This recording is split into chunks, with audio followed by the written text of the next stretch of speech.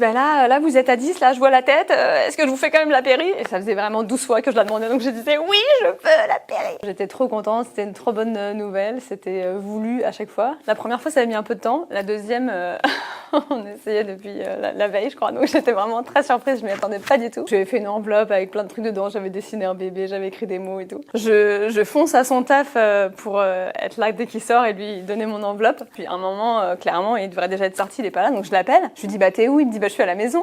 J'étais vraiment, mais genre à 2 mètres de sa porte, quoi. J'avais pas vu sortir tellement que j'étais comme ça en stress sur mon enveloppe. Et bon, je pense que à tout ce schmilblick, il l'a senti avant, du coup, que j'allais lui annoncer quelque chose. Mais on était quand même trop contents. J'avais été prendre mon test, je devais repartir à mon EVJF. Et là, j'étais avec ma fille et juste, je lui dis, va donner ça à papa. Et tu lui dis surprise. Vraiment, c'était pas du tout prémédité. Il est arrivé dans la cuisine, je venais de rentrer de tourner, de jeter ma valise. Il savait que j'allais repartir. Il y a juste ma petite qui lui a fait surprise. Et là, il s'est décomposé.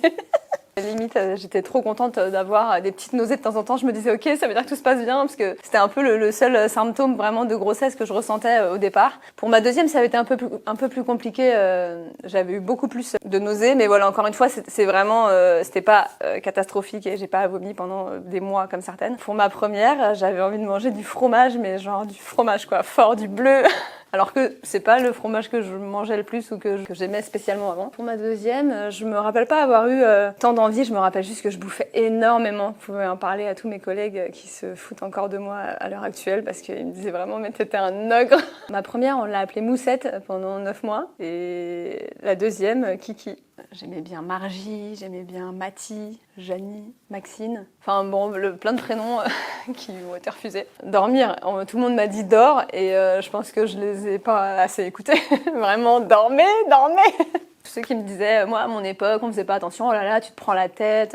Ça, je me rappelle que ça m'avait pesé quand même parce que chacun fait ce qu'il veut en fait. Et puis bon, j'étais pas immunisée, je suivais les recommandations de ma sage-femme quoi. Donc série, mais quand même un peu physio malgré moi. Surtout pour la prums. J'avais commencé à pousser, etc. On me bipait toutes les sonneries qu'on pouvait pour appeler quelqu'un. Ils m'ont dit, bah là, vous êtes à 10, là, je vois la tête. Est-ce que je vous fais quand même la péri? Et ça faisait vraiment 12 fois que je la demandais, donc je disais, oui, je peux la péri. Donc ils me l'ont faite. Et ma fille est née genre 20 minutes plus tard quoi. C'est de les sentir bouger en fait.